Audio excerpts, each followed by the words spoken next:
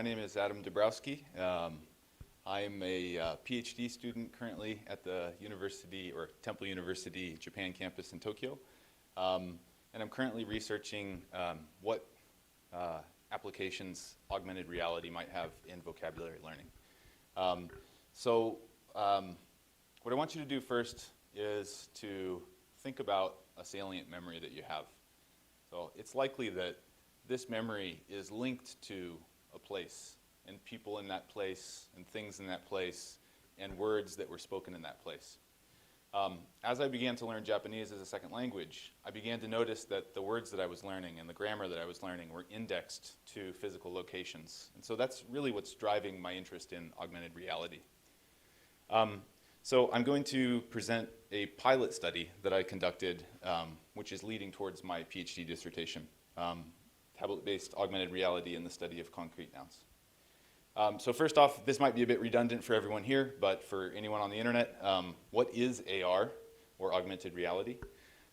Generally, it's a technology that overlays digital information onto a user's experience of reality. And it could be through haptic feedback, it could be through visual stimuli, and many other possible sources. These are just a few examples of AR. It could come in the form of visual labels or translations or images, directions. Could be auditorial, could be other, like haptic feedback, for example, from Diego's presentation. So is it different from VR? AR and VR both exist on the virtuality, or the reality-virtuality continuum, and this is a scale that spans from describing the real environment all the way to a completely virtual environment. So to give some examples, these are real-world objects. Well, of course, this is an image of real-world objects. This is tablet-based augmented reality, overlaying virtual objects onto reality, and then a completely virtual environment. So I'm interested in this use of augmented reality. There are many possibilities of AR in pedagogy. It allows for immersive spaces, and it can be used for constructivist learning, situated learning, game-based learning, and inquiry-based learning. There's a lot here, so of course I'm not going to cover every single piece here, but in general, right now in vocabulary study, with augmented reality as applied to vocabulary study, there are very few studies. A couple of themes have emerged, augmented reality versus traditional tried and true methods. Another area of interesting inquiry is the visual spatial bootstrapping effect, which has been noted. Basically, we make use of our visual environment and we index that environment to help us recall memory. And some of those memories can be lexical in nature. And it also adds to student motivation and can encourage states of flow. So when I was deciding what to use for my project, I was presented with maybe I should use AR on a physical headset like this, or perhaps I should use mobile AR. So the advantages of mobile AR is that, except for my parents, who still live in the Stone Age, most everyone owns a smartphone or a tablet that's capable of running AR. And it can be used outside of laboratories, and any positive results could influence the practical use of AR in pedagogy. Limitations of these head-mounted systems. They're expensive, they can only be used in a limited environment, and they might be difficult, any positive results might be difficult to extend to practical pedagogy. So here are my research questions. I was interested in this pilot study about how do tablet-based AR technology modes compare with paper-based word cards, which I'll call WC, in terms of their ability to help the learner recall the meaning of the concrete nouns. And then when concrete nouns are studied via AR, are there differences as to whether those lexical items are anchored to a contextually relevant scene arranged for utility, AR2, or not, AR1? This will become more clear in a second. So in simple terms, my research questions were this. Is there a difference between word cards and augmented reality in deliberate vocab study? And then is there a difference between these two theorized AR study methods? So my methodology overview, I used a 3x3 counterbalanced Latin square design. I'll show you an example. I'll show you a diagram of that in a second. I tested 3 modes of treatment: word cards, context-independent augmented reality scenes, which are basically items arranged randomly on a table, and then context-dependent context-dependent augmented reality scenes, which are scenes that kind of invoke utility, items that are set up as you expect them to be set up. So for this, I used 3 different sets of thematic words: a desk set, a kitchen set, and a music set.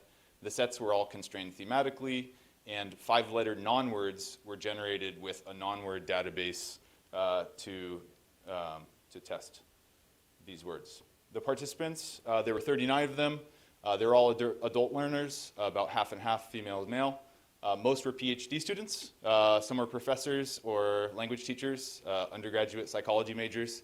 Probably you can see that I roped in all of my friends to be my participants. There were a couple of different L1s, which is one of the reasons why I chose non-words. The design was a pre-test, treatment, post-test, and then delayed post-test design. Here are the words briefly. You can see that they are non-words. This is the Latin square design. So essentially, if you were assigned to Group A, you would study the desk words with word cards, and then the kitchen words in AR1, and then the AR2, you would study with the music set. And the power of this type of design is that if you control the attributes of the words, then you can test the results of the participants against each other. This is what the word cards looked like. Here is the application that I used, Ario, on a 2018 iPad. To give you an idea, this is the type of study that the participants engaged in. So they stood in a space, a real space, and they viewed real objects with a tablet, and pinned to each of those objects was an augmented reality label. Here's AR1 set 1, the desk set. You can see that they're kind of arranged, the items are arranged more or less in the style of an inventory being taken. The kitchen set, the music set. Now here's AR2. The items are arranged differently on the table. The kitchen set makes use of an actual kitchenette area. And the music set is arranged much more in a utilitarian way. So here's the Latin square again. The assessment formats that I used. All assessments were conducted with Google Forms. The pre-test format included 10 yes-no items. The post format included 15 yes-no items with 5 distractors, and 10 meaning recall items. And then the delayed post tests were exactly the same, except randomized to prevent any sort of learning effect or testing effect. To give you an idea, this is what the yes-no questions look like, and this is what the meaning recall questions look like. So, of course, we would probably all recognize that the yes-no questions are much easier to answer with confidence than a meaning recall question, where you are given the form that you studied and are required to regurgitate the meaning of it. To give you a quick little visual, when these items were subjected to Roche analyses, you can see the groupings. These are MR, meaning recall items. These are yes-no items. This represents something that's more difficult of an item in hierarchy. These were much more simple. And this was recognized by the Roche model for all 3 of the sets. So my procedure basically was to get consent. I gave a pretest. There was 10 minutes of focused study with assigned treatment mode that they were assigned to based on the Latin square design. I distracted them with 1 minute of verbal distraction, and then I gave them the immediate post-test. There was 1 week of no study, and then I conducted the delayed post-tests exactly 1 week later, and they were given in the same order as their assigned set order. Later, I subjected all of the data to generalized linear mixed effects models, and I was able to find that there was a slight but significant effect favoring the augmented reality over the word card treatment in both of the types of test question data. To give you kind of another visual, set 1, set 2, set 3. Set 2 is something of an anomaly. The AR1, for whatever reason, did not seem to benefit participants as well as it did in the other 2 sets. I'm not sure why that is. It's written into the limitations. And then I used post hoc comparisons to compare AR1 versus AR2. There was no significant p-value, so I can't say with confidence that there was much difference between these two modes of study. So revisiting my research questions. Is there a difference between word cards and AR? Tentatively, I can say yes, based on these data. Is there a difference between AR1 and AR2? No, there doesn't seem to be. So that's kind of a curious finding, because the arrangement didn't appear to affect how well the participants leveraged that information. So some future directions that I'm taking this. Right now, my PhD is focused on kind of a replication of this, where again, I'm examining augmented reality versus word cards. I've cut AR1 and AR2 from my design, which makes it a much simpler design. I'm also examining concrete nouns versus verbs. There's some research that tells us that concrete nouns are more easily learned and leveraged as compared to verbs.